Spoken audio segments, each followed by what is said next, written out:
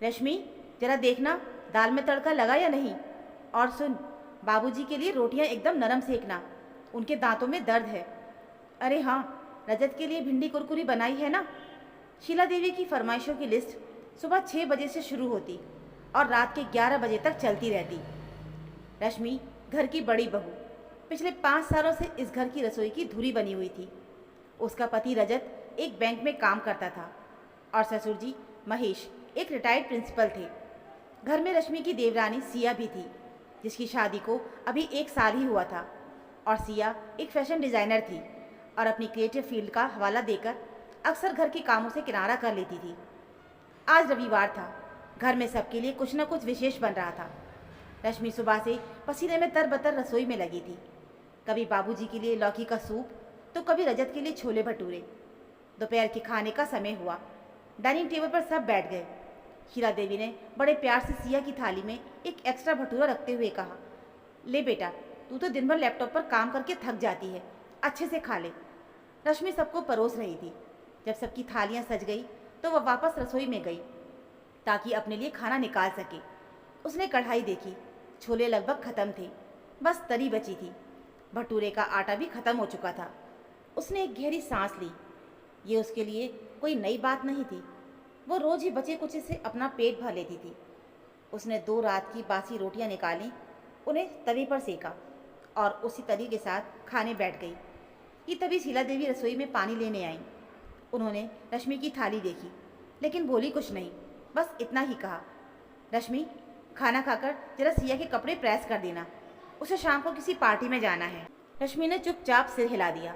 वो उस पीढ़ी की लड़की थी जिसे सिखाया गया था कि त्याग ही औरत का सबसे बड़ा आभूषण है। लेकिन हर इंसान के सब्र का एक प्याला होता है जो कभी न कभी छलक ही जाता है। करवा चौथ का दिन आने वाला था। घर में साफ सफाई, नमकीन, मठरियाँ बनाने का काम जोरों पर था। रश्मि के मायके से उसकी माँ की तबीयत खराब होने की खबर आई। रश्मि जाना चाहती थी, लेकिन शीला देवी ने साफ साफ मना कर दिया। रश्मि, त्योहार सिर पर है, घर का इतना काम कौन करेगा? सिया से तो ये सब होगा ही नहीं। उसे तो ठीक से आटा गूंथना भी नहीं आता। तू करवा चौथ के बाद चली जाना। शीला देवी ने अपना फैसला सुना दिया। रश्मि ने भारी मन से अपनी माँ को फ़ोन पर समझाया और वापस काम में लग गई। करवा चौथ का दिन आ गया। रश्मि ने भी निर्जला व्रत रखा था। दिन भर वो रसोई में पकवान बनाती रही। सिया ने भी व्रत रखा था, लेकिन वो पूरा दिन अपने कमरे में एसी चलाकर आराम ही करती रही या फ़ोन पर अपनी सहेलियों से बातें करती रही। शीला देवी बार बार सिया के कमरे में जाकर पूछती, बेटा, तुम्हें प्यास तो नहीं लग रही? सिर तो नहीं दुख रहा? लेकिन उन्होंने एक बार भी रसोई में जलते चूल्हे के सामने खड़ी रश्मि से नहीं पूछा कि उसकी तबीयत कैसी है। शाम को चांद निकला, पूजा हुई। अर्घ देने के बाद सब डाइनिंग टेबल पर जमा हुए। आज रश्मि ने बहुत प्यार से पनीर की सब्जी, खीर, कचौड़ियाँ और पुलाव बनाया था। उसने सबको परोसा। व्रत के कारण उसका सिर भयंकर तरीके से दर्द कर रहा था और उसे चक्कर भी आ रहे थे। जब सबने खाना शुरू कर दिया तो रश्मि रसोई में गई ताकि अपने लिए थाली लगा सके। उसने बर्तन खोले तो उसके पैरों तले ज़मीन खिसक गई। पनीर की सब्जी पूरी तरह ख़त्म हो चुकी थी। कचौड़ियाँ सिर्फ 2 बची थी और खीर के कटोरे में बस चम्मच से खोसने भर की खीर थी। रश्मि ने पलटकर डाइनिंग टेबल की तरफ देखा। सिया की प्लेट में 4 कचौड़ियाँ और पनीर की अच्छी खासी सब्जी रखी थी, जिसमें से वो आधा खाकर छोड़ चुकी थी। रजत और बाबूजी भी छक्कर खा चुके थे। अचानक रश्मि की आंखों से आंसू बह निकले। ये आंसू भूख के नहीं थे, बल्कि उस अपमान के थे जो वो रोज़ सहती आ रही थी। आज उसका व्रत था। आज भी उसे वही बचा कुचा नसीब हो रहा था। वो खाली थाली लेकर डाइनिंग टेबल के पास आई और उसे टेबल पर जोर से पटक दिया। खट्टे की आवाज़ से सब चौंक गए। क्या हुआ रश्मि? ये कैसा तरीका है?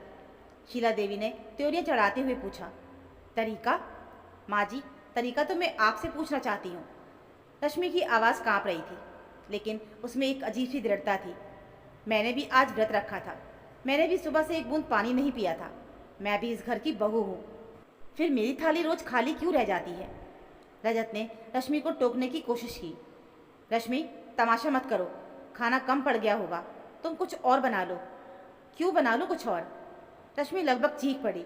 मैं इस घर की नौकरानी नहीं हूँ रजत। जब काम करने की बारी आती है तो मैं इस घर की बड़ी बहू बन जाती हूँ, अन्नपूर्णा बन जाती हूँ। लेकिन जब खाने की बारी आती है, जब सम्मान की बारी आती है, तो मुझे सिर्फ बचा कुचा ही क्यों मिलता है। सिया ने आज क्या किया? सिर्फ अपने कमरे में आराम। फिर भी उसकी थाली सबसे पहले खाना परोसा गया, और जो उसने जूठा करके छोड़ दिया, क्या मैं वो खाऊं? सिया का तो चेहरा लाल हो गया। दीदी, आप मुझे बीच में क्यों लेकर आ रही हैं? क्योंकि तुम भी एक औरत हो सिया। अगर तुम्हें अपनी क्रिएटिविटी प्यारी है तो मुझे भी अपना आत्मसम्मान प्यारा है। माँ जी, आपने कभी मुझे बेटी नहीं माना, एक मशीन समझ लिया है जो बस चलती ही रहे, बिना तेल पानी के। शीला देवी गुस्से से खड़ी हो गई। जुबान लड़ा रही है? हमने तुझे कभी भूखा रखा है क्या? अगर कुछ कम पड़ गया तो एडजस्ट करना सीख। तभी बाबूजी, जो अब तक चुपचाप सब कुछ सुन रहे थे, अपनी कुर्सी से उठे। उन्होंने अपनी थाली किनारे से सरका दी।